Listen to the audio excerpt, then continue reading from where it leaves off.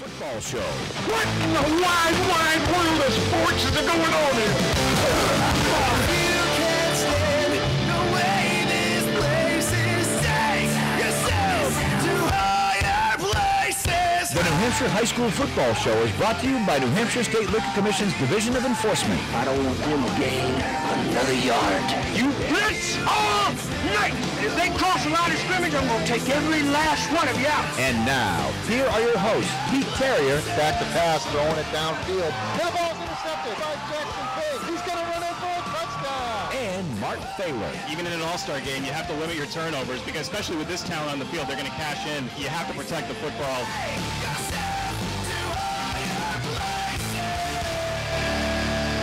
Well, a very good morning to you. As the football season has begun around the state of New Hampshire, this is the New Hampshire High School Football Show each and every Saturday morning between 7 and 9 a.m. on WGIR AM 610 in the Manchester area. You can also catch us on the Seacoast Crystal Clear FM station 96.7 The Wave. I am Pete Tarrier, along with Marc Thaler. Marc, good morning to you. Good morning, Mr. Tarrier. It seems like I just left you about 5-6 hours ago at Gill Stadium. I'm not sure either one of us got much sleep last night, but that's okay. Yeah, we don't need sleep in the football season. We'll rest when it turns to hoop and hockey season. Fair enough. We got that coming up for you as well. Great show, as always. It is our season opening show of the program, and a great guest lineup. Roger Brown will join us. He'll be our first guest coming up a little bit after the bottom of the hour, 7:30, NHFootballReport.com. And a colleague of yours, Marc, at the Union Leader, Roger Brown, joins us 7:35 this morning. And then we got a couple of coaches coming up in the second hour, the 8 o'clock hour of the program. Travis Cody, Bishop Girton football coach. His team in action last night against Salem at the Queen City Jamboree. We'll talk to him at 8:20 this morning. And then Ryan Ray from Manchester Central, the Little Greens football coach. We give him his wake-up call, 8:35 this morning. I can't wait. I really like talking to these guys. It was very enjoyable being out at the Queen City Jamboree, Marc, last night. And this time of year, when we're wearing shorts and in some cases flip-flops to these games, sure does change come November into playoff time. Yeah, remember the 2008 Division I championship game, South at Pinkerton? That thing was an ice bowl. I was actually inside a radio studio following the action while guys like you were out there working for a living. You weren't at that game? I wasn't at the game. I was in studio. Wow, you're a lucky duck. Yeah. That was cold. Look, I find my way to be in as comfortable a situation as possible. You know, if it's hot out, I want AC. If it's cold out, I want heat and comfort. It's just the way we do things. So before we get into it, why don't we run down the scoreboard? I know that this isn't regular season official play, but it's damn close to it, and we'll bring you the scores with Marc Thaler's scoreboard. It is brought to you by the New Hampshire Liquor Commission's Division of Enforcement and their Buyers Beware program, reminding all adults that it's against the law to provide alcohol to minors. So, Pete, 10 teams participated last night in the 23rd annual Bo Dixon Memorial Queen City Jamboree at Gill Stadium right here in Manchester, and we'll just read down the list of scores from those scrimmages. They were two-quarter scrimmages, live contests, 12 minutes for each quarter. Game 1, Souhegan beat Manchester West 35-15. Game 2, Memorial and Trinity, Queen City rivals, they battled to a scoreless tie. Third game, Pinkerton 42, Timberlane 6. Fourth game, Manchester Central with a 35-28 win over Goffstown. And then the nightcap game, Bishop Girton 14-6 winners over Salem. Short scoreboard, but that's what those were the finals from last night's Queen City Jamboree. Marc, what stood out to you most about the Queen City Jamboree last night and what you saw?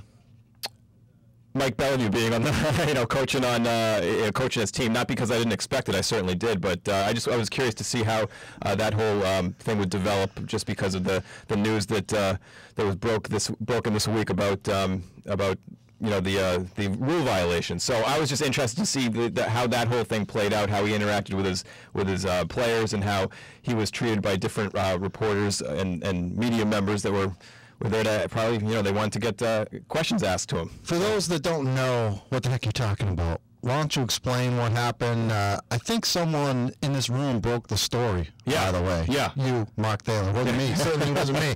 I ain't breaking anything except for bones. But the fact is that you broke the story.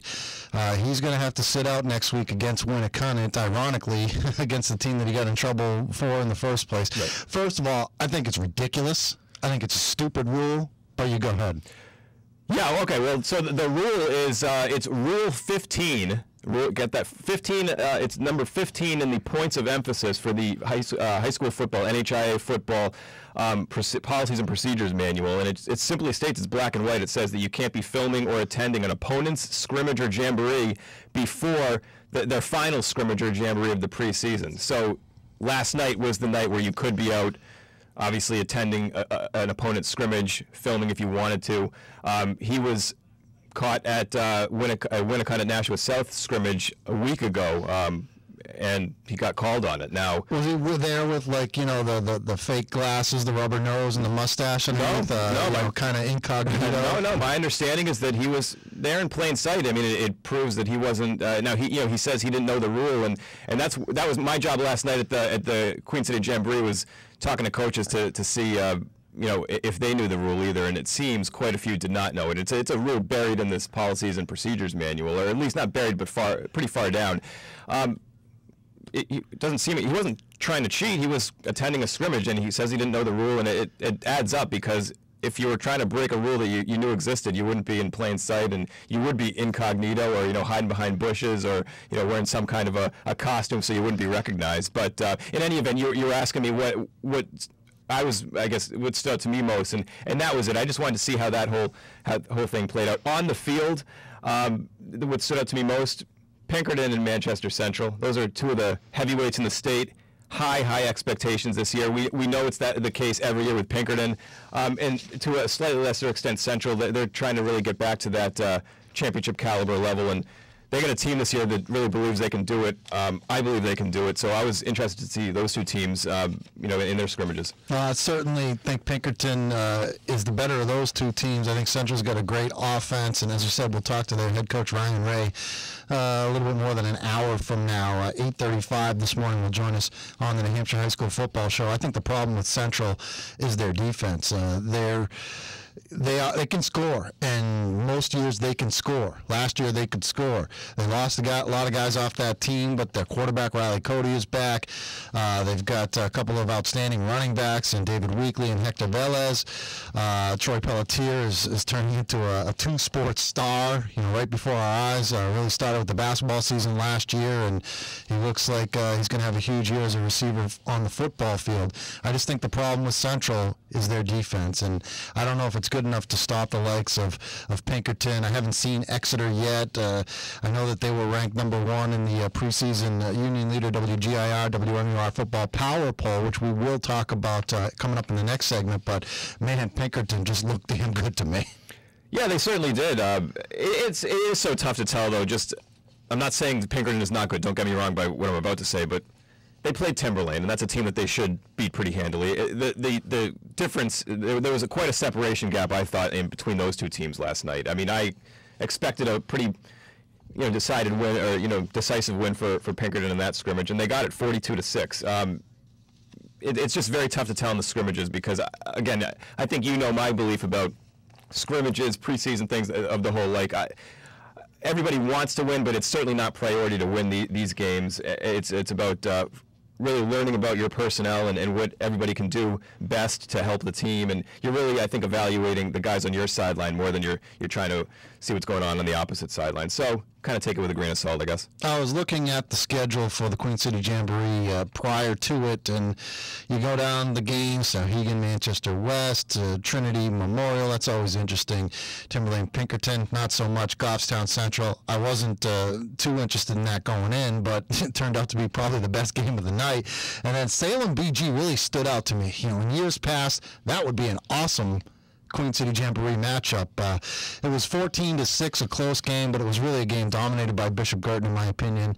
Salem is very, very young. I had no clue who they were. Matter of fact, I had to come see you towards the end of the game and say, who's the new Salem coach again? That's Adam Gagne, as you told me, so I thank you for that. Yeah. But it's certainly not the same Blue Devils team that we've seen in the playoffs. We've seen win championships in recent years, and certainly their head coach, Jack Gaddy, retired in the offseason. I saw him at the game. I'm sure you saw him last night as well, but they look a lot different. The offense, they come out with this fast break type offense, no huddle. That's not Salem football that I know. I'm not saying it's a bad thing. I kind of like it, but it was just weird to see it. Yeah, it's a 180 from what Jack Gaddy ran at Salem, at Concord, and at Trinity for decades. The straight T, smash mouth, really run the football, pass when the opportunity presents itself, and this is a total switch. I mean, Salem is running the spread now under a guy that coached, was an assistant at Westford Academy in Massachusetts, Adam Gagney.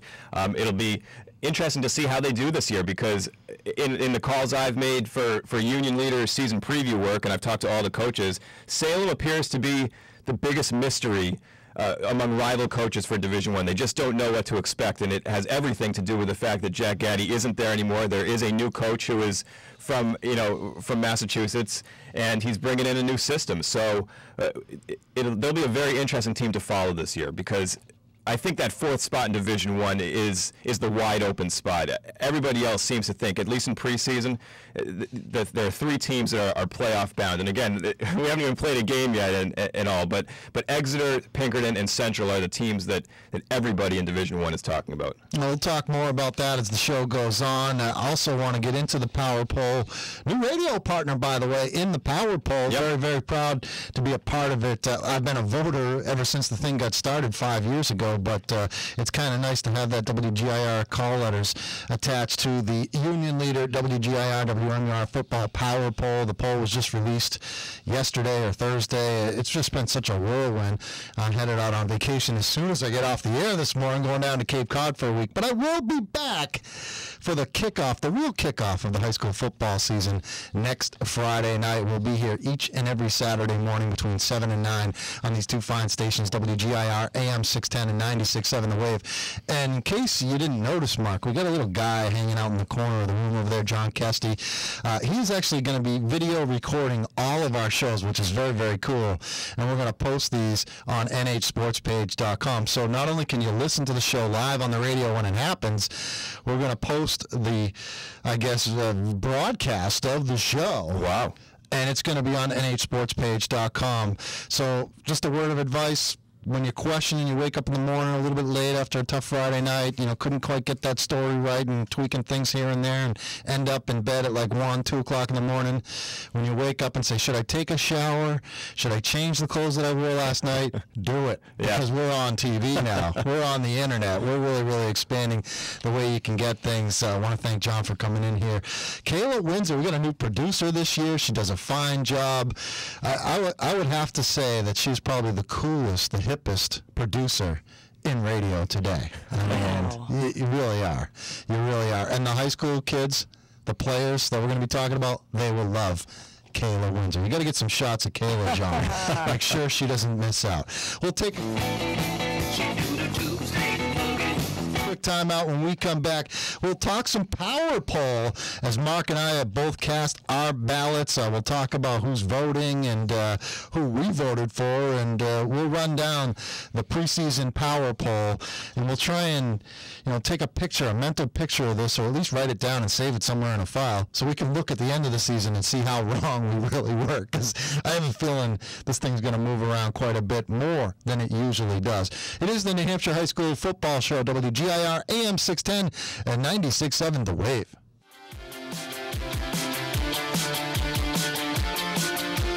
Back here on the New Hampshire High School Football Show, our kickoff show the week before the regular season begins. Queen City Jamboree in the rear view mirror. Exciting football for the most part last night at Gill Stadium. 5 different games, and many of the teams that were on display last night are members of the preseason Power Poll, the Union Leader WGIR WMUR Football Power Poll. Myself, Pete Tarrier, along with Marc Thaler, both voters, joining several other media members from our respective organizations, and just run down who is voting. Roger Brown, as we talked about, now the Union Leader, also has the fine website nhfootballreport.com. He'll join us in a few. He votes on the Power Poll this year, as does Kevin Gray from the Union Leader. Now, Kay Gray, it looks like the Fisher Cats, well, we know the Fisher Cats won't be playing any postseason baseball this year.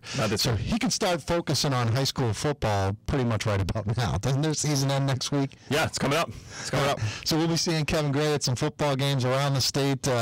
Myself and Kelly Brown from our sister station, Rock 101 and WHEB, the Morning Buzz. Kelly Brown does the news and sports on Greg in the Morning Buzz. He has a vote this year. He is a member of the Power Poll voters. Kelly cast his vote the other day, and we look forward to having him be a part of it and having the Morning Buzz be a part of this thing. And over at WMUR TV, saw Jason King and Jamie Staten doing their show live at the Jamboree last night, which is always cool. I forgot to DVR that thing. So I'm sure I can go on WMUR.com and check out the broadcast, because I want to see, how that thing went down. Always a great show. They do the Friday Night Football. We're one of the must-sees on Friday night. You got to try and get all your work done, or at least find a good stopping point so you can watch Friday Night Football. FNF, hosted by Jamie on WMUR. And then Ryan Richer, a guy who I used to work with back in the day at a different radio station. He works for WMUR as their producer. He's the guy you see running around in all the football games trying to grab all the players, grab all the coaches, and do the interviews and things like that. Ryan has a vote as well. So it's a very knowledgeable high school football covering crowd that we've got here, and I think we've got a pretty good thing with this power poll. Why don't you run down the 10 teams in this preseason poll that was launched earlier this week? Sure. We'll go bottom to top. Not that there's a whole lot of suspense at the top, but we have two ties. Two teams tied at number 9, that being Keene and Salem. Then we have two teams tied for the number 7 ranking, Bedford and Portsmouth. And then the final 6 teams. At number 6 is Dover, number 5, Nashua South, number 4, Bishop Girton, and then the top 3. At number 3, Manchester Central, number 2, Pinkerton, and number 1, the defending Division I champion, Exeter. And when we tally these things, and I don't tally them, you don't tally them, I think Vince Sylvia, who's your boss for the paper, how do we end up with 2 ties? Is it a certain amount of points goes for how you have a team placed? Is that the way it works? Yeah, everybody submits, each voter submits his ballot each week. It's typically by Sunday night, and you rank your teams 1 to 10 that you feel are the 10 best teams, and then the first place team gets 10 points, second place team gets 9, you go all the way down. You add up the points, and that's how you get your top 10 for the week. So for the preseason, there'd be 4 teams tying for 2 of those spots. Those teams had the same number of points, essentially. And just to give some other teams a little publicity here, some teams also receiving votes. Souhegan had 11 points. Correct. Yep. Trinity with 7, Concord with 6, Winnicott 5, Nashua North 3. So there you have it. Mark, you have your ballot handy. I'd like to see where you voted in this thing, and then I'll reveal what I did, and maybe we can talk a little bit about why. Yeah, I just got to call it up. Just give me 1 second, Pete. Unless you want to go first. Mine. Okay, that sounds good. Do mine. That sounds good. I had Trinity at 10, Bedford 9, Portsmouth at 8, Keene at 7, Salem at 6, BG at 5, Nashua South number 4, Exeter number 3. I had Central 2nd, and I had Pinkerton at the top of my power poll ballot for the preseason poll. Okay, so mine, at 10 I had Dover, 9 Bedford, 8 Nashua South, 7 Salem, 6 Winnicott, 5 Keene, 4 BG, 3 Pinkerton, 2 Central, 1 Exeter. So you had Pinkerton 3rd, Exeter 1. Yep. Now, in my opinion, this is the most difficult poll to do because we're voting basically on what we think we know. Right. Because we really don't know much. Right. We put these ballots in prior to the Queen City Jamboree, so we can't use that information. Yeah, maybe you go to some practices, you talk to some coaches, we have a basic idea who's coming back. But sometimes there's some surprises. Like last night, one of the surprises that I saw was Pinkerton, where everybody thought, oh, Chris St. Ange, 2-year starter, a quarterback for the Astros. He's going to be back for his senior season. He comes out in the backfield. He's not the quarterback. Hey, you didn't read New Hampshire Game Day. I did. I had that a week ago. All right. Well, you know what? You make me spell out the name of the website now. Is fine. NewHampshireGameDay.com. Spell out the word New Hampshire. But apparently I didn't see it. But I didn't know that. Okay. Yep. So if I'm not absorbing all the information that guys like you put out there, I wouldn't have known that, and I didn't know that. So that was a surprise. So obviously you knew that. You must have been like, okay. Pinkerton, I'm going to put them third because they got a new quarterback coming in, and I don't know. I don't know what your reasoning is, but what I'm saying is we really don't know at this point in the season. So for people, I got accosted last night by Jeremy Levier from NHNotebook.com. He's like, he actually accosted me. It was a text accost. All right? Okay. He texts me. Salem in the power poll, you vote them in? And I said, well, I did have Salem in there. As a matter of fact, I had him in there at number 6. You know why I had Salem in there at number 6? Because they're Salem. That's why. That's the only reason I had Salem in there. And I struggle. I had Nashua South at number 4. I really don't know how good they're going to be. They don't have a whole lot coming back. I know they got their quarterback Trevor Knight, but they lost a lot of guys. But I put them in number 4 because they're Nashua South. I had no clue where to place BG, but I put them in there at number 5 because they're BG. So that's why I voted in that situation. I don't know what your methodology is when you put your ballot together. I apply the same thing that I did for the previous 4 years. I start. You don't vote for any team. Bingo. We need like a little bell that dings from, something that you hit it right on the head. It's Division 1 and 2 until we're weeks into the season and things start to shake out, and maybe you get a couple of smaller division teams that prove worthy of, in my opinion, one of the lower spots in the top 10. So I start with that right there. It's Division 1 and 2 teams. And then certainly from that point, it's some of it is based on reputation. You go through some of your notes of guys that you know are coming back, and then you make a couple of guesses. You make educated guesses is what it comes down to. It's difficult to put together a preseason top 10 for all those reasons.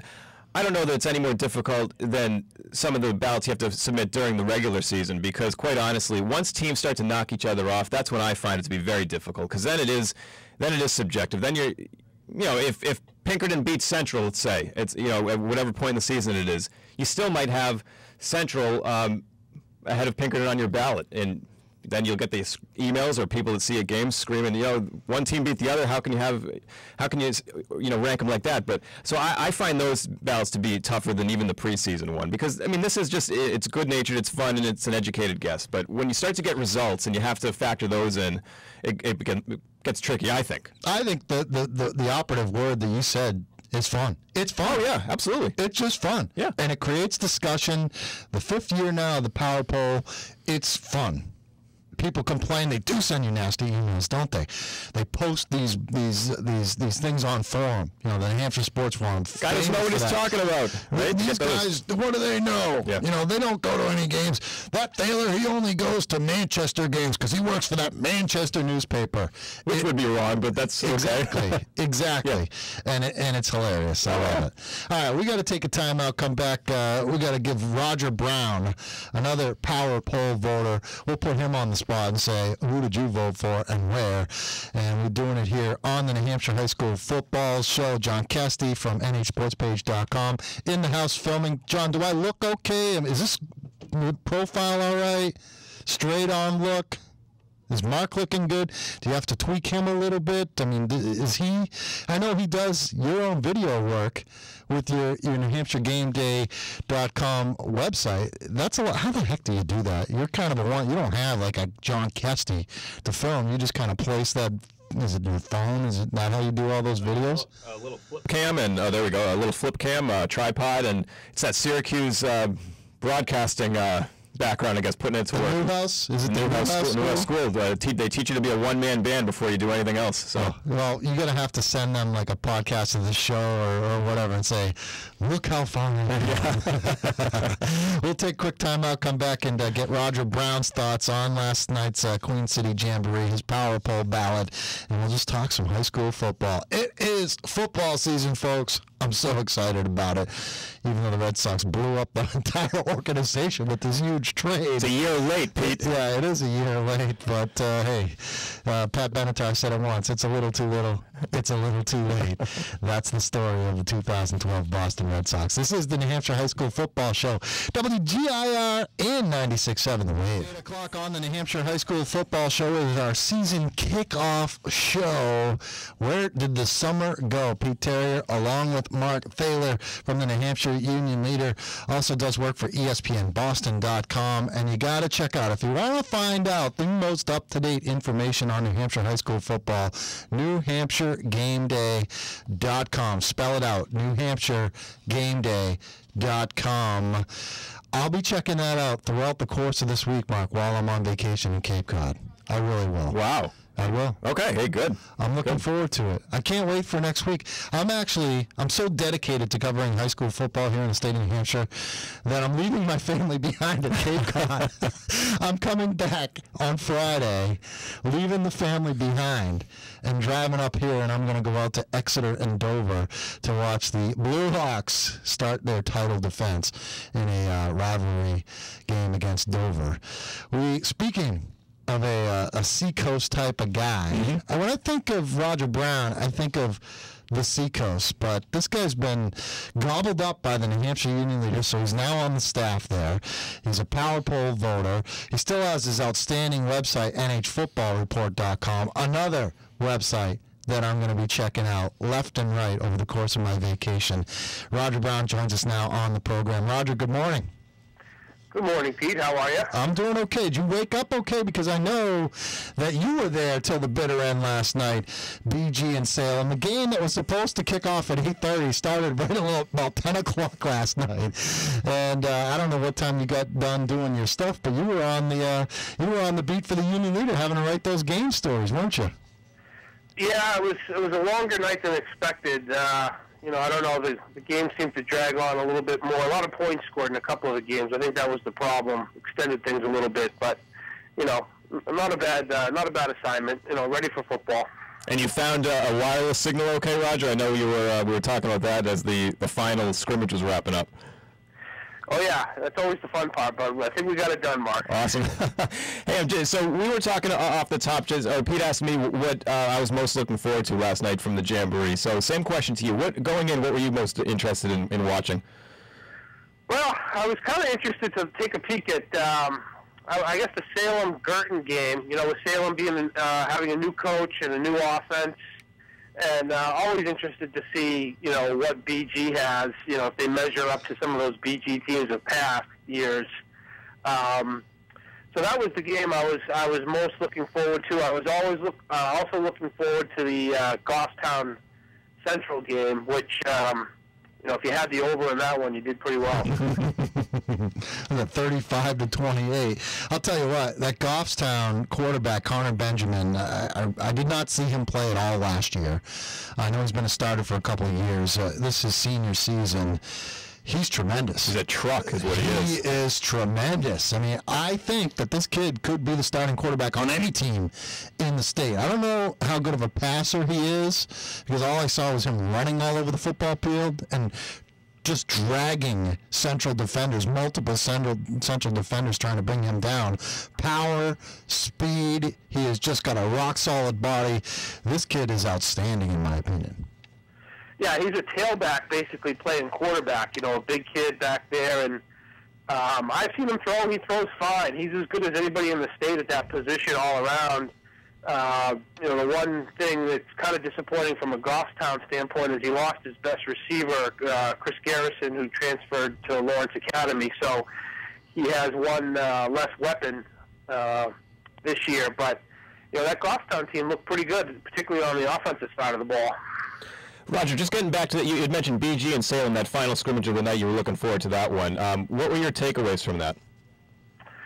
Well, I don't think BG, just from what conclusions you can draw from one half of football. BG looked good to me, solid. Certainly going to be a factor in their division, but not, they're not the juggernaut that they were 3-4 years ago. I don't think. And Salem, I don't know. They look like they had some athletes struggled a little bit on the offensive side of the ball, though. Not a real big Salem team. So we're just going to have to see how they adjust to the new coach and the new system they're running. It's Roger Brown from NHFootballReport.com, now writing for the New Hampshire Union Leader as well. Has a power poll ballot in that Union Leader WGIR, WMUR power poll. Roger, I don't know if you have your power poll handy. We probably should have given you a homework assignment to bring that list to class, son. Me and Mark just went down our power poll ballots. We ran down the power poll. Exeter, the defending champs, number 1. Pinkerton, number 2. Central at number 3, BG 4th, Nashua South 5th, Dover in the 6th spot. Then you had a tie for 7th between Bedford and Portsmouth. You had Keene and Salem tied for 9th, so that rounds out the power poll. Do you have that list in front of you? Did I give you enough time there to try and dig it up? And we'd like to know really who you voted for and where. Well, I don't have it in front of me, Pete, but I can tell you, I did put Exeter first. Pinkerton second and Central third. If I had to vote again today after what I saw of Central last night, I don't think I would put them that high. And frankly, I might put Pinkerton first from what I saw last night. They played against the Timberlane team that just, their quarterback was out, their best running back was out, so it was really hard to judge, but I was telling somebody, Pinkerton looked like Ohio State out there. They look like they're bigger and better than last year, if that's possible. They look good. I voted them number 1. I didn't think Timberlane looked bad. I just thought that Pinkerton makes you look bad. They really do, and I think they're very focused this year. They want to forget what happened last year. I know Coach O'Reilly, he told you a couple of weeks ago, I did read that on your site, that he didn't watch the game film of that Exeter game yet, but I just think Pinkerton looks damn good, and I'm feeling a lot better about my voting them number 1 this morning than I was before I did it. I just think that that's the team to beat. Of course, what's the big story there? Well, he also said, though, too, because I had asked him a while back, this team isn't motivated by, seeking revenge for last year, because they lost a lot of kids from that team. So he said that might have been the case if he was returning a number of kids that had lost that championship game. But there are certainly names that people will recognize from last year's team that are back. But for the most part, a lot of those kids have graduated. So the motivation angle, he said, is not what I think people would imagine it to be. Yeah, I asked him that question last night, Mark, because I thought the kids might, work a little bit harder in the off season because of how last year ended. But he just said no. It's just business as usual for Pinkerton. And I did find it funny though that for a program that seems to want to move on from last year's championship loss, they sure do talk about it a lot. I was trying to turn the subject to this year, and Brian was just talking about last year and what he could do different in that championship game if he had to do over again. So that was clearly a painful loss for the Pinkerton program. Yeah, he said it still stings. That's what he said to me over a week ago now, Roger. He said it still stings, and that's where we were chatting. Me and Pete were chatting last week about how he hadn't watched the game film from that final yet, but it stings the coach, no question. Yeah, and like Brian said last night, they won their share of these, so it's not like they got their one chance and blew their opportunity. But on the other hand, I think they went in there expecting to win that game, and I think most of the fans in the state expected them to win that game. Probably everybody just not connected with the Exeter program was expecting a Pinkerton win. So when you're in that position and you get beat, and there was no fluke. Exeter, they turned that into an Exeter-type football game is what happened, their style of football. And, things went their way that day. Like he said last night, they could have played 2 more quarters and Exeter wasn't losing. Roger Brown from NHFootballReport.com and the New Hampshire Union Leader is our guest on the New Hampshire High School Football Show. We will have Brian O'Reilly on the show next week. Talked to him last night about coming on, and he's glad to do it. Roger, let's go back to Exeter for a second. I think you may be like the only guy that picked Exeter. Did you not pick them to beat Pinkerton in that game, if I remember? Well, I'd like to take credit for that, Pete, but I did not. Okay, all right. You should have, Roger. You should have taken credit. People can go back and they can go to the archives and see what really happened there. But I know you're close to Billy Ball and you're close to that program. And you told me a funny story last night. I was just wondering, part of the reason that I picked them underneath Pinkerton and the power poll was because I don't know who they have on the line. They lost, that awesome offensive line. Tiernan and Morin and Stackhouse. Those guys are gone. Probably some other guys that I'm not mentioning. But it's hard to replace an awesome offensive line like that. But you told me that they got some choices there at Exeter. Yeah, lots of guys. I mean, they had two guys in, Brad Tiernan and Adam Morin. People don't watch line play all that much, but Adam Morin was probably the best player on the New Hampshire Shrine team. I certainly think you can make a case for that. I mean, he was just an unbelievable left tackle. If he was a little better academically, they had Division I offers piling up all over the place. So you don't have kids like that come along very often. But Exeter's got big kids. They got lots to choose from. I'm sure they got a terrific offensive line coach, Skip Slazinski. I'm sure they'll put something together.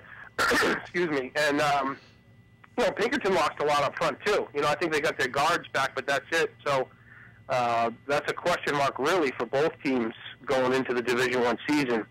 But the thing is with those programs, you're looking at 90, 100 kids or whatever it is in the program. You can find 5 or 6 to play offensive line.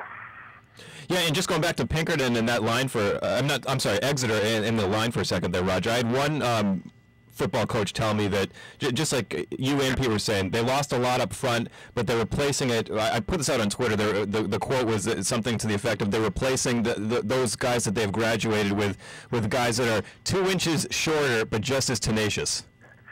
Yeah, and they got and they're sophomores and they'll grow. Exactly right, and they'll grow. Exactly right.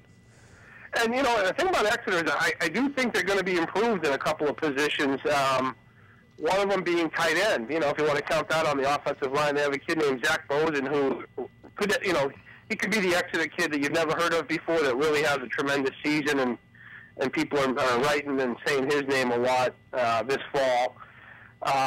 I think they're going to be a lot more athletic at the quarterback position, which is a big deal in the Exeter offense. Last year they really couldn't run those. They lull you to sleep with these inside runs, and then they, bust the quarterback sweep. That's their big play in a lot of, situations, and they really couldn't do that with Jamie Timon last year. But, they have Ethan Joyce, who was a shortstop on the baseball team. He's been a starter on the defensive side of the ball for Exeter. So, quarterback, I think they'll run more of their offense than they did last year, anyways, this year, because of the speed at the quarterback position. And here's another X factor. We're talking about the Blue Hawks. It's not an upgrade at the position because he was there last year, but I think absolutely 100% the fact that Logan Laurent is kicking the football for Exeter is huge. He's a touchback machine. A number of coaches have also said that this isn't the NFL where you really get guys flying 30, 40, 50 yards for field position. I mean, I guess the point being that these guys are going to opposing teams are going to have to really routinely go 80 yards if they want to get into the end zone against Exeter because Laurent can kick the ball into the end zone and then it's an automatic touchback. Yeah, I mean, nobody puts more emphasis on the kicking game than Exeter, and their style of football just makes the kicking game that much more important because they're all about field position and, if they can get just over the 50-yard line, all of a sudden that's 4-down territory for their offense. It just, changes things and how they like to do things. And, it's hard for a high school football team to go 80 yards without making a mistake or two, as opposed to 60 or whatever you might be going if you had a decent kick return. And, it's been like 10 or 15 years, ever since Exeter really the program really rose up to be a title contender in whatever division they were playing in. The kicking game has just been a huge part of it. And, Logan, he's got a scholarship offer from UNH, and he's certainly a weapon for them, no question. Roger, we really appreciate you waking up and coming on with us this morning. I'm telling you, the offer is open. You want to do the show live here and take part of the revolution here at the New Hampshire High School Football Show. You can drive into Manchester and join us live for the New Hampshire High School Football Show at the WGIR studios in Manchester. Anytime, Roger. Well, I'm glad to do that. It just has to be one of those nights where there's no sleep. You know, we'll just have to keep going straight into the studio. Or you could that'll be fine. Or you could just sleep over at the Union Leader and then just drive down the road. Well, Pete might put me up somewhere, I guess. There you We'll see how it go. goes. There you go. There's always room on my couch. Okay, excellent. Raj, thanks so much. Look forward to reading your stuff, nhfootball.com. You better keep that site humming while I'm on vacation next week. I got the new iPad. I want to be frequenting that and Marc's site as well, so we look forward to it. We'll give you plenty to read, Pete. No problem there. All right, thanks, Roger. Okay, guys, take care.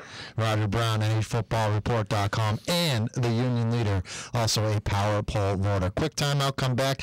We'll set you up for the 8 o'clock hour. A couple more outstanding guests coming up. Travis Cody from Bishop Burton will join us. Ryan Ray from Manchester Central, both coming up in the 8 o'clock hour. It's the New Hampshire High School Football Show right here, WGIR AM 610 and 96.7 The Wave.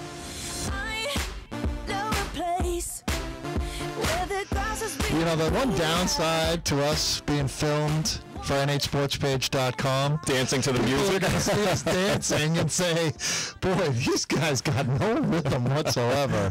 Hey, I'm a 42-year-old guy. Mark, you're late 30s, 34? All right. 34. So we got no moves. None. Whatsoever. So our credibility as far as being cool, out the window.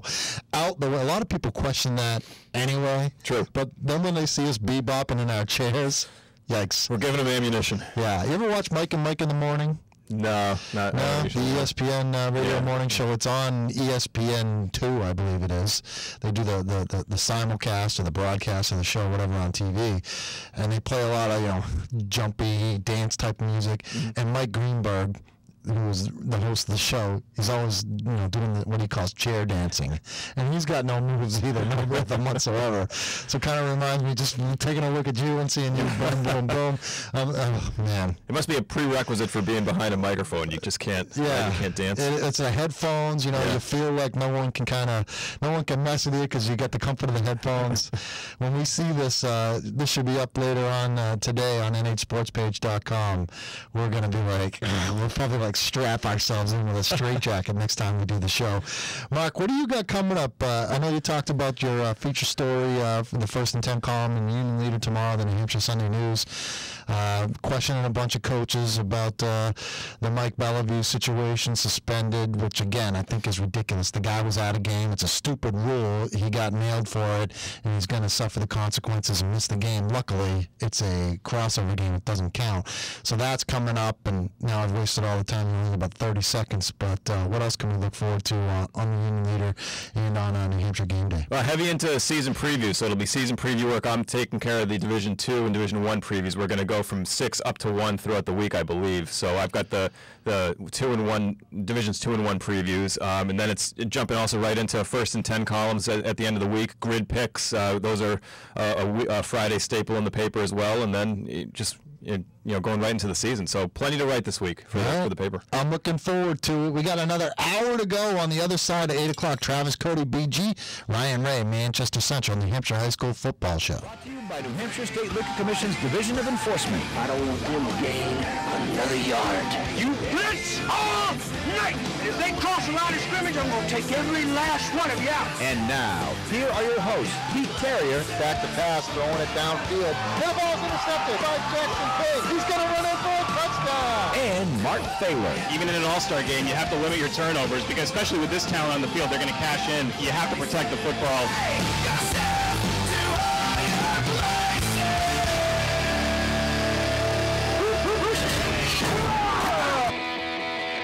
The sounds of football. We are underway. The New Hampshire High School Football Show right here, WGIR AM 610. Also on 96.7 The Wave on the New Hampshire Seacoast. Pete Tarrier, along with Marc Thaler this morning.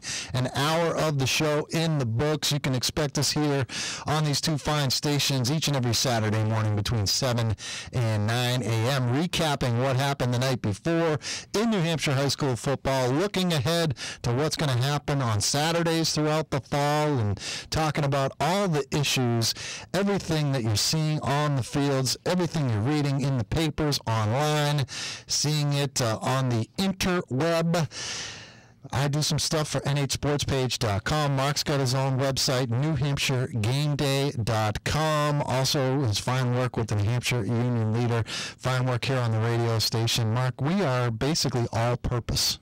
Trying to be versatile. We're all-purpose. Yep. We're doing the show now on video. John Kesty from nhsportspage.com is in here filming, and we're going to put the show every single week up on nhsportspage.com. I was looking at the coverage that I did last night along with John at the Queen City Jamboree, and I do my Tarrier's take type of thing, and I did the recap. I did the 10 things I picked up watching the Queen City Jamboree last night. Interesting stuff and a lot of interesting video work. Did a bunch of post-game interviews with a bunch of different coaches and players at the Jamboree.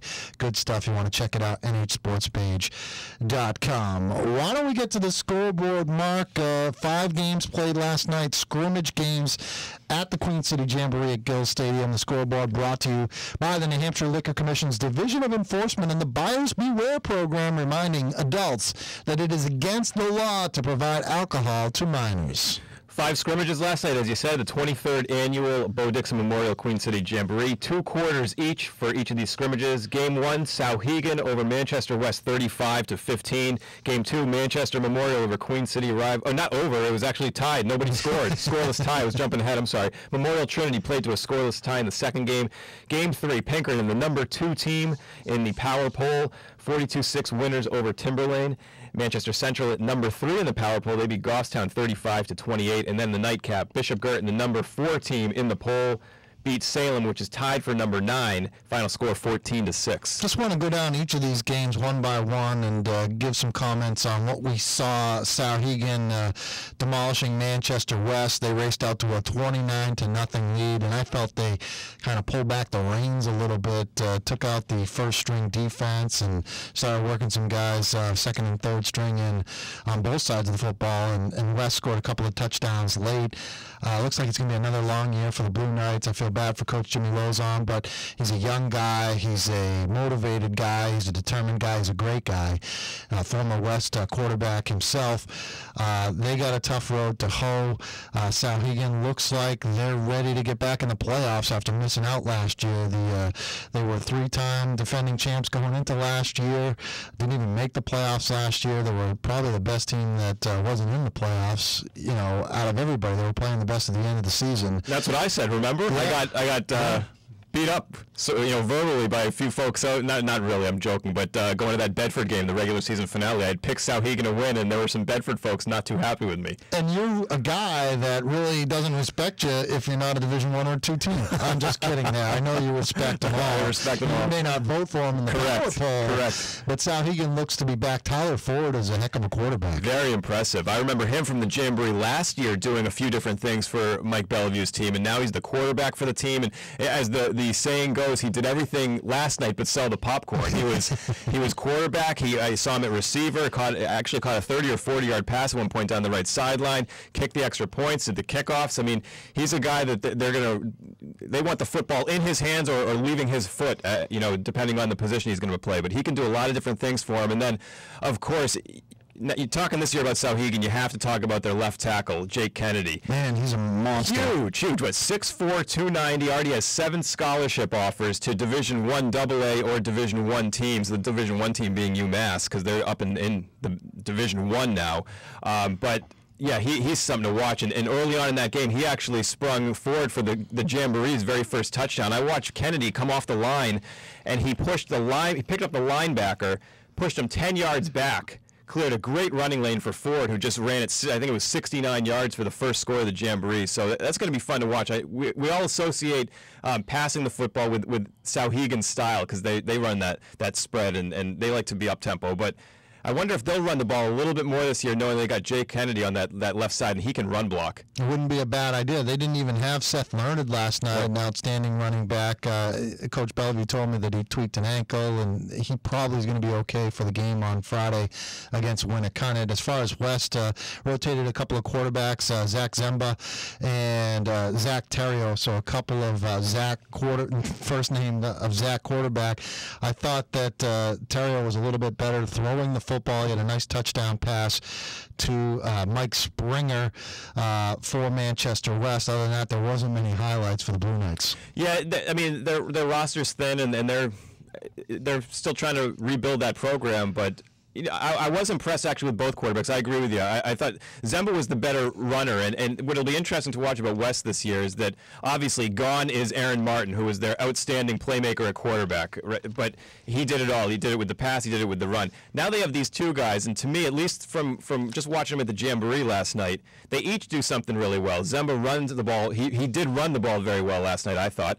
And Thaler, he threw the touchdown pass. He showed some nice touch. So who says you have to have one quarterback? If they each do something well and you can make it work that way, that might be something to watch with the Blue Knights. A Memorial Trinity, what can you say about a scoreless tie? It was a defensive struggle. Memorial, I think, is going to struggle this year. They lost a lot off that team, which I thought was very talented. They had some good talent, Cody Dalton and Stephen Dwight, obviously. Val Carcel, the running back receiver, they had some talent, decent offensive line. They lost a lot. Okay, the one guy that really stuck out for me, Umir Sheik. I was talking to Coach Colcord after the game. Loves him. The kid is a beast. But other than that, I didn't see a whole lot you can hang your hat on from Memorial. It was a scrimmage, but they just don't look like they're going to be a real good football team this year. Trinity, I think we all agree they're going to be a real good football team in Division 4. They show that they can hang with the big boys over the past couple of years in the Turkey Bowl against Central. GM Petruzzi looks like keeps growing and turning into a better athlete, if that's possible. I think they're going to throw the football a little bit more under Coach Burns, which is nice. I love Gary Leonard. I saw him last night as well. I kind of joked with GM Petruzzi, hey, is Coach Burns going to let you throw it a little more than Gary did? And he had a big smile on his face, but I think that's going to be a team that obviously is the favorite in Division 4 right now. Yeah, they got a lot coming back from last year. I mean, yeah, they have a lot of talent. They've got key guys coming back. I also asked Steve Burns. I joked with him last night. I said, I must have asked Gary Leonard once a week last year. I'd stop by practice and ask him every week, are you going to start to throw the football because of GM Petruzzi? And it really all started in Lauderdale. In Lauderdale, right. That was his big target, absolutely. And that question really all started after Trinity went up to Plymouth and won with the miracle comeback where GM Petruzzi chucked a 40-some, nearly 50-yard pass in the final seconds to complete an incredible comeback. So it really started week 4 last year where I'd ask Gary once a week if they were going to throw. So it carries on this year. I asked Steve the same thing, Steve Burns, and I don't get the same sense as maybe you do. I still think running it is the way they're going to go.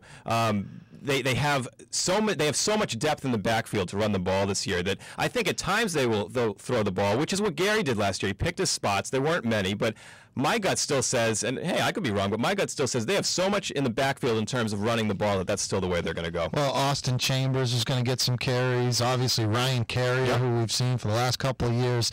This is more him carrying the load this year. And, man, when you got guys like they do with the beef that they have on the lines, Colin Bouchard, 6'1", 320-pounder. Russ Pallas, 6'2", 303-pounder. Another kid that is a two-way player for them, Romeo Masuku. That kid is an athlete. Yep. He's very, very good.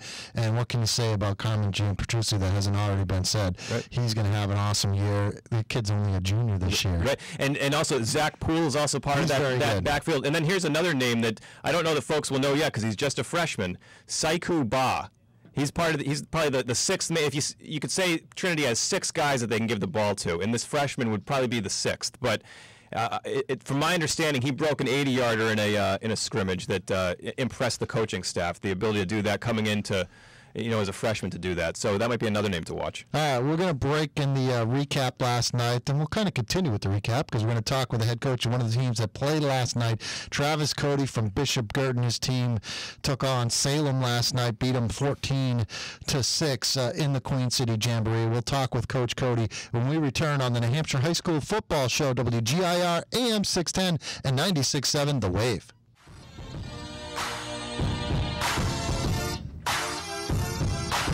I don't know where you're going to find a more rockin' and rhythmic morning show than the New Hampshire High School Football Show right here each and every Saturday morning. WGIR AM 610 in the Manchester area. We got a Seacoast signal for you as well. So when Bishop Girton goes out and takes on teams like Winnicott or Timberlane or Dover, you can hear all the coverage 96.7 The Wave on the New Hampshire Seacoast. So I'm Pete Tarrier along with Marc Thaler from the New Hampshire Union Leader and NewHampshireGameDay.com. Our next guest is the head coach of the BG Cardinals, the defending champion Bishop Girton Cardinals, Travis Cody. Coach Cody, good morning. Thanks for coming on the program.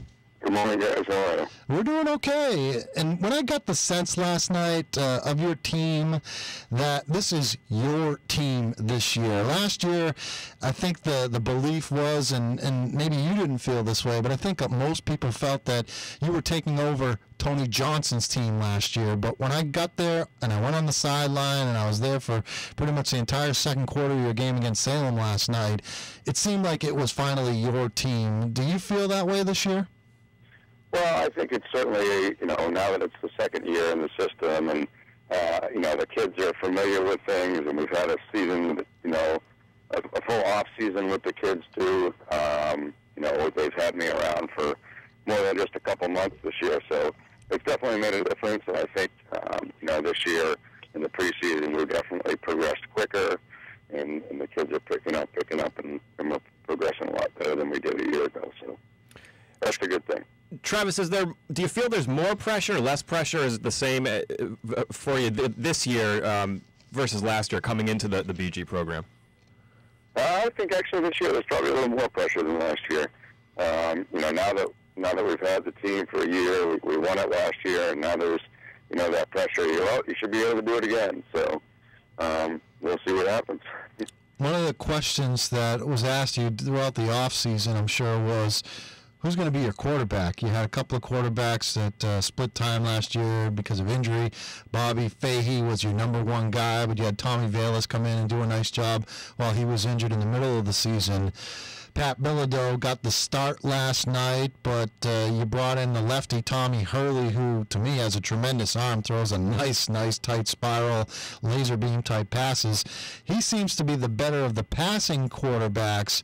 I didn't see Bilodeau throwing the football around the yard too much, but can you talk about that quarterback competition, if there is one, or if you're going to go with the two-headed quarterback monster? No, well, there's really neither one of them have really stepped ahead of one of the others at this point. So we've been, in all our scrimmages, we've been utilizing them both and just kind of waiting for one guy to step in and take the role. I thought it was probably going to be Pat. Last night he started, but, like I said, I did split, like you said, we split time. But Tommy come in, they've both done some good things. They both have their strengths and weaknesses. So, at this point, it's still kind of up in the air. We'll see how practice goes this week. And, they're both certainly capable of doing the job, so that's a good thing. Travis, I think we all know that fans certainly watch the skill positions probably with more focus, the quarterback and such, because he has the ball so much. But last night for you, can you tell us how you evaluated your offensive line, which, as I understand it, is inexperienced this year? You only have, Pat Urell coming back as a starting offensive lineman from last year. Is that correct? Yes, correct. So how did you evaluate the play of the offensive line last night? We had one kid out that had been sick, so we had, a backup in there. But I thought, the first drive we had last night was really good. We went right down the field and scored. And then after that, I thought we kind of lost a little bit of intensity up there. I don't know why, if it was they were, I'm not sure. We need a job with those guys up front. And then, I think they're going to come along all right. And we should be okay as long as, as long as those guys keep working hard and progressing and getting better all the time. So, Travis, go ahead, Coach. Sorry. No, that's fine. No, I'm not. Travis Cody from Bishop Girton High School is our guest. His team, a 14-6 winner against Salem last night in the Queen City Jamboree, the final game. That was the 8:30 kickoff time, which started a little bit before 10 o'clock. What can they do to speed that thing up? I was in the PA booth with Zeke Zarakotis, who does fine work on the PA at Gill Stadium, and he had a good idea, which I thought. Play 3 running clock quarters. That'll give you 36 minutes of football. You have basically 24 minutes of football, but there's stoppage time and all that. I mean, when you're getting out of there at almost 11 o'clock at night, to me, that's, starting a game. Yeah, it was late. I mean, we didn't start until after 9:30, and we expected to start at 8:30. We got there at 6 o'clock last night, so we had been sitting around for 2.5 hours before we even got to go. So, yeah, it was definitely a late night, and, I don't know if that was part of what contributed to the second half last night. It was getting, like you said, it was 11 o'clock by the time we got out of there. So, and I think they used to only play 4 games, and now they're playing 5.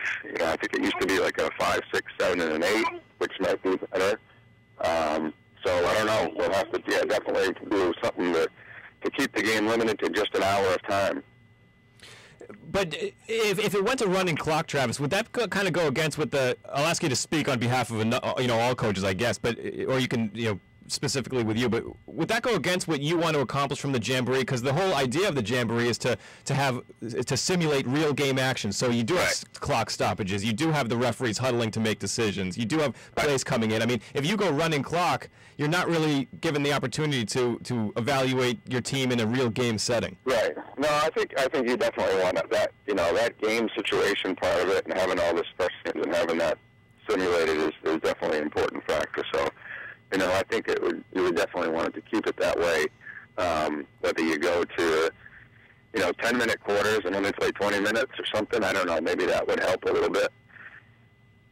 Coach, I feel bad because I accosted one of your assistant coaches, Coach Bombardier, who I ran into at Cesario's Pizza last night, picking up a pizza for his fiancée while I was in there getting a late-night slice after the coverage at Gill Stadium. And I asked the question, which I'm sure a lot of people are asking.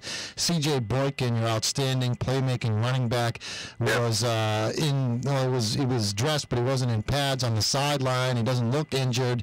I've talked to a few people. People are telling me he's not injured. And he wouldn't, Coach Bombardier, he stood strong. He wouldn't give me any information, but what is the deal on C.J. Boykin? Why isn't he playing? Well, he's got a little shoulder issue right now, and he hasn't been cleared for contact. I think it was something he did over this summer with baseball. So we're just waiting to see what's going to happen with that, and hopefully we'll get him back as soon as we can. So the rumors about some disciplinary issue are not true? No, not at this point, no. So to switch gears, Travis, just your thoughts on BG opening up at number 4 in the statewide power poll this year. I think based on where we finished last year and what we've done in the past, I think that's probably a good spot for us at this point. Hopefully we can continue to stay on top of that power poll throughout the season, and continue to keep up the tradition of BG football.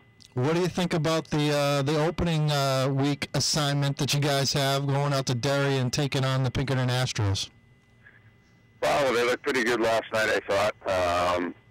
Typical Brian O'Reilly stuff. And, obviously going to Pinkerton at 1 o'clock on a Saturday is always a tough task. So we'll have our hands full next week. We just got to, make sure we come ready to play. Am I correct, Travis, that the last time you brought a team to Derry to play Pinkerton was West in the playoffs a few years back? Is that right? Yes, 2007. And that was the year where in the regular season if it wasn't for a turnover on going in for a potential 21-0 lead, you would have won the regular season game, possibly. Correct, yes. Have you thought about that at all? I know it's a number of years ago now, but have you thought at all about heading back to Derry for another shot? Yes, every year I play them, I think about that game. It still haunts me. Yeah, that was the only team when I was in Division I that I hadn't beaten, and that was my year. We had them on the ropes, and we let them get away, and it haunts me to this day. So it's certainly one that we want to get. So you're thanking me for bringing it up again. Yeah. He's always good for stuff. I know, like right? that. I'm always good for like rubbing salt in the wounds. Right. Coach, want to ask you about your former team, the Manchester West Blue Knights. I know you're close with the coach of the Blue Knights, Jimmy Lozon, who used to be your quarterback at Manchester West. It's obviously been a downward trend for them. I mean, you were there. You know, Marc's talking about playoff games that West used to be involved in Division One, and now they've dropped down a division. And you know, the playoffs don't look like a possibility, even in the lower division that they've been in last year and this year. What can you say about what has happened to that program and that school in general? Well, you know, obviously, you know, the sports are struggling in general over there right now. You know, in football as well. You know, the population of the school gone down. You know, they're down about 1,000 kids or where we used to be. You know, back 5 years ago when we had Bedford and stuff. And I just think, you know, Jimmy's actually done a good job this year making contact with kids and getting kids out. I think he's got a lot more kids out for football this year across the board. But, you know, I'm just really not sure what the answer is over there. There's definitely kids there that can play. You know, academics is always an issue with kids not being eligible to play. But, you know, hopefully, you know, they'll do a turnaround and start to get on the upswing and win some games this year and start to bounce back. But, you know, who knows what's going to happen with that. Coach, quickly before we let you go, I'm not looking for a 10-minute breakdown or anything, but can you name maybe the top 3-4 teams in Division II that you think are going to be battling out with all season long for the championship? I think it's a really tough division across the board. I think there's a lot of quality teams, and I think every week's going to be a tough week. But I think, you know, from last year who we played and what I've seen and heard this preseason, I think, you know, I think Bedford will be right there. I think Winnicott going to be tough. They got a lot of kids back from last year. They're usually pretty big. You know, Dover, Spalding was young last year, and they really came on strong. You know, obviously, I think we're in the mix there too. And let me see, who am I missing? Timberlane, you know, they were there last night, and they're always good. They're always tough and scrappy. So those would be my picks to see in the top 5 or so. All right, Coach. Well, we really appreciate the time. Good luck with the team this season, and enjoy. Really, I think one of the big things for me is that it seems like you're finally able to step out of Tony Johnson's shadow. He's now moved on. He's not around the program anymore. He's not working for BG, so that's got to help. You got your hands full, Coach. We'll let you go, and we'll see you out in Derry next week. All right, thanks, guys. All right, Travis Cody from Bishop Girton, our guest on the New Hampshire High School Football Show. From one awesome coach to another, Ryan Ray, Manchester Central, joins us on the other side on WGIR AM 610 and 96.7 The Wave.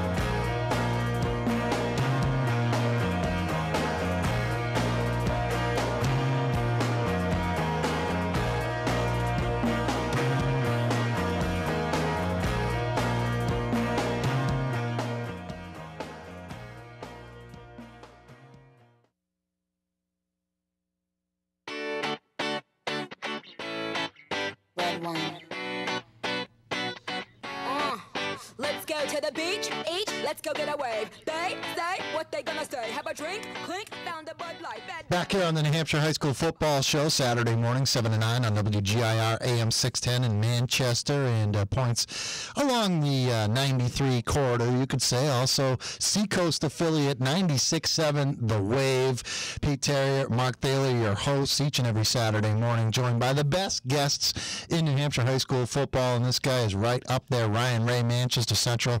Coach Ray, good morning to you.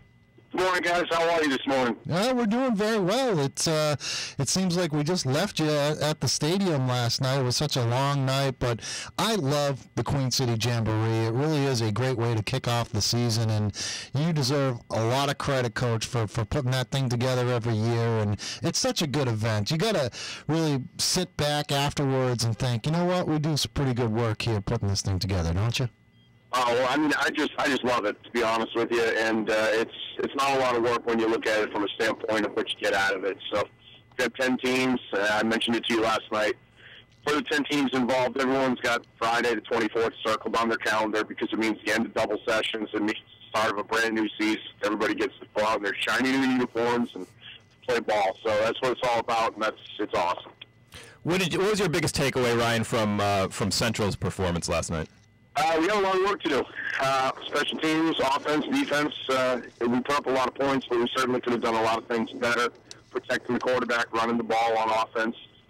Defense, we got a lot of new guys and a lot of new spots. So it was good to get them out there under fire because, like some people might not realize, is when we're doing scrimmages, most coaches around the state are standing in the defensive huddle, standing in the offensive huddle, making a lot of adjustments, making a lot of the communication for the players that on Friday nights they're going to have to do for themselves. So something like the Jamboree is a great opportunity for the players to get out there and coach themselves up on the fly. So we have a lot of work to do.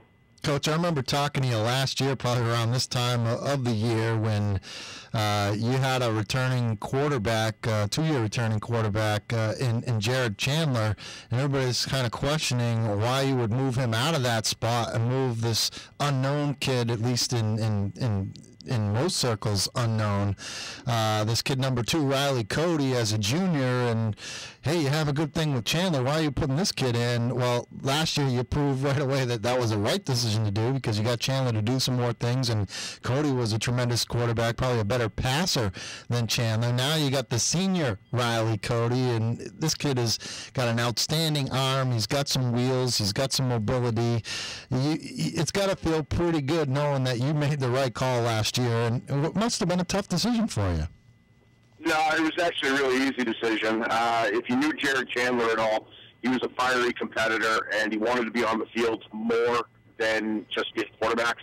So it was actually a pretty easy decision. Plus, we also knew it was kind of like trading. It was like, all right, we'll trade our starting quarterback for another quarterback who we thought would be at least equally as good, plus a kick returner, a punt returner, a defensive back, and another explosive wide receiver. So it was, all indications were that it was going to be a great move. Luckily we were right. So what kind of pressure is on Riley Cody this year, Ryan, given that he had such a successful junior season? He was the Union leader all-state quarterback as a junior, and now he's back as a senior, and he's certainly a well-known name now. Is there a lot more pressure on him to lead Central to great things? I don't think there's much pressure on him, to be honest with you. I think there's a lot of pressure on our seniors. It's been a while since Central was playing in that last game of the season, and I think they really want to get to that spot. But we talk to them each and every week that, if we don't get better, if we don't get better now, if we don't get better, each and every practice, again, we're not going to be there. So every year's a new year, but there's a lot of great programs in Division I. So I wouldn't put any pressure on any one individual, but we've all got some pressure on us to perform and succeed. That's Ryan Red, the head coach of the Central Little Green. His team knocked off Goffstown last night 35-28.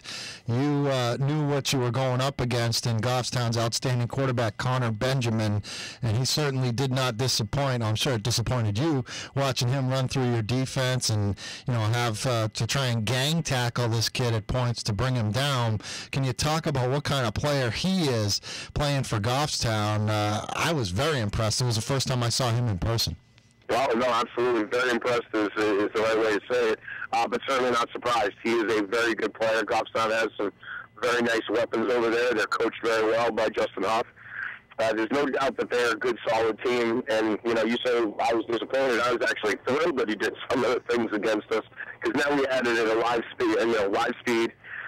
We have it on film. We can show our guys that, hey, you know what, if you don't, execute your assignments, if you don't stay home, if you don't do your 111th on defense, man, anybody's going to be able to come here and run through us. Now, I shouldn't say just anybody because obviously their quarterback was very, very good. But that's an indication of what could come ahead against the teams like North and South, Memorial, Concord. You know, we play a lot of spread-type teams throughout our Division I schedule, so it was real nice to see a real good quarterback like him from Goffstown last night. Just switching back over to the offensive side for you, Ryan. Your thoughts on how your offensive line played? I know that was a focus. It has been a focus of yours this preseason. Well, there were a few breakdowns for sure. I mean, we watched the film last night already, and we, as I said, we have a lot of work to do. If our offensive line and our defensive line can play at a high level this year, then we can be real successful. If there's pressure on anybody, like you wanted to talk about before with Riley, you know, there's pressure on that unit, because I do believe, like most Division I teams, we have a lot of skilled players that can make plays. But as everybody knows, you can't make a lot of plays if your quarterback's running around for his life, if your running backs can't find holes to run through, and obviously your receivers can't make plays downfield if the quarterback doesn't have time to throw. So I was pleased with a lot of things they did, but obviously I was disappointed in some of the other things. You got 5 guys working out there as a unit, but sometimes, you know, you'd have a breakdown here or a breakdown there, and all of a sudden it's like a sieve. Coach, you've had some tremendous receivers over the years at Central. Obviously, Junior Brown was top-notch, and watching what he did in the All-Star games over the course of the summer as he heads off to college in the next phase of his life. Troy Pelletier looks like a kid who can step up into that role. Not as fast as Junior, but I think he's very athletic, about the same height, I think 6'3" or so, and can get up there as far as jumping ability. He had a tremendous late season surge on the basketball court. I'm sure Doc Wheeler is just praying that he stays healthy like you are. But what can you say about Troy Pelletier and his development at that wide receiver position? Yeah, Troy's another one of our guys that really has bought into what he needs to do to take it to the next level. We had a player a few years ago, and you might have seen the article about him in the Union Leader this week, Seamus O'Neal. Seamus O'Neal was one of those players that came in with a world of potential, and he really bought into what we were doing. He was always in the weight room, even though he was playing other sports throughout the course of the year. And Troy's very much like that. Now, I think most people would say Troy's a basketball player first, but it's hard to tell that because he makes all the passing leagues. He gets out there in the park with Riley, throwing routes, catching balls. He's in the weight room just as much as he can when he's not playing basketball. So he's really developed into a wonderful, mature young man who has a great work ethic. So I do believe he will be able to take the reins and be our number one receiver and really give other teams something to worry about. Ryan, did you get a chance to catch at all any of the scrimmage, any of Pinkerton's scrimmage last night? No, not so much. I mean, I caught a few plays. They obviously look electric. They look very fast. I saw a few plays. We don't have to worry about Pinkerton until about week 8. So we've got some time to hopefully figure some things out. Sure. And now I'll ask you for your thoughts on the power poll and Central debuting or opening up for the season at number 3. Well, you know how I feel about this. I love the power poll. I think it's fun. I think it's some giggles. It's something food for thought, and it gets people talking about high school football, which is awesome. But at the same time, it's hard to tell anyone, because I didn't see anyone in our weight room all winter long, all spring, all summer. I didn't see anyone at our passing leagues. I didn't see anyone at our double sessions. So it's hard for me to say that any of the voters have a real good handle on what Central is all about. I don't know if we have a real good handle with what Central is all about yet. But it is something that's awesome. It's something good for the fans. It's something good for maybe the kids to, strive for. I want to be a team that's in the top 10. I want to be the number 1 team, those kind of things. But right now it's way too early to say, Central's a number 3 team. And no disrespect to Goffstown, but anytime we're letting up 28 points in the first half of a football game, we really probably have the number 3 team in the state. Coach, I voted you number 3. I think Thaler had you like number 2. So yeah, Ryan was busting my chops earlier this week. I was talking to him. Shows what we know. Yeah, and it's against the law, I guess, to be scouting or filming preseason stuff we're learning. So that's why we're not in the weight room or checking you guys out during the off season. Yeah, well, I think we're all learning that rule, and your listeners and the NHIAA would be very surprised to find out how few head coaches knew that was against the rule. I'm not great friends with Mike Bellevue. I know him. He's a good guy, but I think that's unfortunate, very unfortunate that the situation happened the way the situation happened, because there was no need for that. I don't feel there was any need for him to be suspended. He was making an honest mistake that probably half of the coaches around the state make every year. Now, that being said, I'm pretty sure nobody's going to make that mistake anymore. So, maybe it was worth a one-game suspension to send a message to everybody else, but that's unfortunate. That really is unfortunate. Mike Bellevue's a guy that loves football. He was out there watching, he had some free time, obviously. He was out there watching, one of his week one opponents, and it came back and bit him in the rear end. So that's unfortunate. I guess we're all learning from it, though. Yeah, it wasn't like he was like Spygate situation. He was just there watching the game. So someone ratted him out, which to me, that's the real story. But we're not going to worry about that. I'm glad it's time to talk some football. Coach, just quickly on your two running backs that were carrying the load last night, and Velez burst onto the scene last year, and I thought did a nice job for you. He looks like he's going to be kind of a Jared Chandler type. You can use him in the slot as a receiver, in the running back position. David Weekley was a kid we started hearing about as a freshman.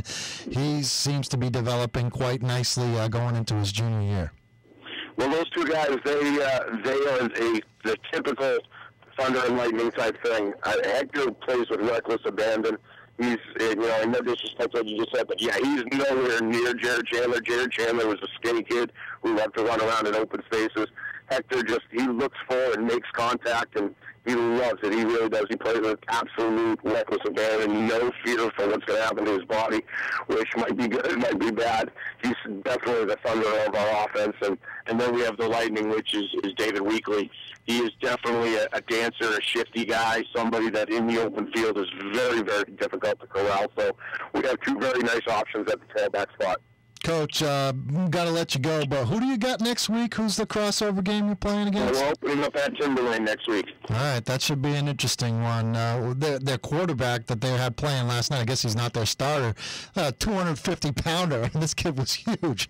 Remember that guy, Jared Lorenzen, who was playing in college, I think for Kentucky or something like that. Just a big monster guy. Yeah, that is something that's going to be difficult. If you're 250, you are probably bigger than most of our D linemen. So we'll have our work to do. All right, Coach. Thanks so much for the time. We'll talk to you down the road. All right, guys. Thanks so much. We'll see you in a little bit. All right, Ryan Ray, Manchester Central, is our guest, wrapping up the interview portion of the program. Got to take a quick break, come back. We'll wrap up the show as we head towards 9 o'clock, and more importantly, my vacation. It is the New Hampshire High School Football Show. WGIR AM 610 and 96.7 The Wave. Get the party started. We're just about ready to close up the party. Show almost over. New Hampshire High School Football Show, our first show of the season for the next 14 weeks. I almost said 15. But it's 14 weeks henceforth. We're going to be giving you the best coverage on the radio and on the internet as well, because John Cassidy from nhsportspage.com is here. He is filming the show. We're going to post it up on nhsportspage.com so you can watch the show and listen to the show at the same time and see what these dudes on the radio really look like. I told you the story last night, Mark, where I was talking to a Goffstown fan / booster, one of the fine ladies, and I was just asking questions about the team and stuff, and she says, "Hey, your voice sounds familiar. Aren't you the guy on that Thaler guy's radio show?" That's funny. I loved it. It was a lot of fun. But where are you headed? Where are you headed this week? The season kicks off for real, but it's really not even for real because it's the crossover games, right, which don't count. But it is regular season football; they just don't count. But where are you headed next Friday night, or do you not even know yet? Well, typically I put together a list of some of the more intriguing games that I send off to the sports editor, Vin Sylvia, and we go through them. My guess is, based on breaking the news about Souhegan and Coach Bellevue, I imagine I will be at the Winnicott-Souhegan game on Friday night, because he won't be there, but just the follow-up to Souhegan opening its season without its head coach. I imagine I would be there, but another intriguing one, I'm looking at the schedule now, Milford-Bedford. And now that's a schedule-only game, non-league, because Bedford's up in Division II, but just last year those were Division III rivals. So this will be interesting to see if Bedford can really make the jump. I mean, if you're a Division II team, even though you're just months removed from the Division III championship game, you might want to win that one. That game. Better win that one. Exactly. You better win that one because you're expected to win. Higher division teams are expected to win. I mean, that might not be. The teams themselves always expect to win, but I think outside of those teams, if you're in the higher division, you should win those games. So we'll see how that one goes. That's another good one to watch. Here's another example of a higher division team going against a lower division team, even though it's not an upper echelon higher division team. Londonderry at Portsmouth. I have a lot of interest in that game, and I do plan on going to the Exeter-Dover game in Exeter on Friday night at Bilbao Stadium. But that Londonderry-Portsmouth game has a lot of cachet for me. Sure does, because Portsmouth last year gave Central all it could handle in that season opener, I believe, out on the Seacoast. So, yeah, Portsmouth, obviously new players this year, new roster, but, that should be a good one. Portsmouth is the defending Division III champion, and they got something. All these teams have something to prove. But for the lower division teams, when you get a chance to play an upper division school and you really have a chance to win it, you want to make that statement. How about the BG Pinkerton match up in Derry? Yeah, I think I'll be there Saturday afternoon. Yeah, that's the game. Those are marquee programs. So on paper, to me, this one stands out, but I bet you a lot of people will say, what the hell are you talking about, Tarrier? Nashville South at Spalding. I think that has some interest. I think Spalding's good. I think Nashville South is going to be down this year. They got to go to Rochester. I mean, just driving from Nashville to Rochester, you feel like you played a game just driving out there. So that, to me, I think could be a decent game. And Spalding is worth watching because they have a new head coach this year. Dennis Fontaine was the first-year coach last year, and he got the team to the playoffs, and we all know that Spalding had taken its lumps over for a number of years, and so they get to the semifinals last year. Now they have another new coach, so while they do have some players back from that playoff team, it'll be interesting to see how things come together under yet another head coach. Salem, Keene are playing each other, so that should be somewhat interesting. Watch Keene this year, too. That was the one I was interested to see if Travis Cody from BG would mention Keene when you were asking about teams to look out for in Division II. That is that's a team. Keene and Bedford, certainly, and I would say Winnicott would be the other three along with Bishop Girton. I'm looking, just try and see the rest of the schedule is really not too much interesting as far as I'm concerned. When you look at the Division II schedule, I'll quickly jump over to Division IV because we've already talked about some of the Division III teams. But I know Trinity's got some early season. Kingswood's not a big test for them, I don't think. But week 2, you're going to see Trinity. Actually, week 3, it's Trinity at Plymouth again. So I know the Trinity people aren't happy about having to go up there. They think that Plymouth should come down, but you must go to the land of Lenahan. Can't wait to have Coach Lenahan on later this season. Want to thank the people who joined us on the program. Roger Brown from the NewHampshireFootballReport.com and the New Hampshire Union Leader. You can check out his story in the paper today about the Queen City Jamboree. Travis Cody from BG joined us, as did Ryan Ray from Manchester Central. Thanks to John Casty from NHSportsPage.com for coming in and filming the show. Should be up on the website sometime today, so you want to check it out. Marc Thaler, check out his NewHampshireGameDay.com and check out his work in the Sunday Union Leader tomorrow. For our producer, Kayla Windsor, I'm Pete Tarrier, signing off our first week in the New Hampshire High School Football Show.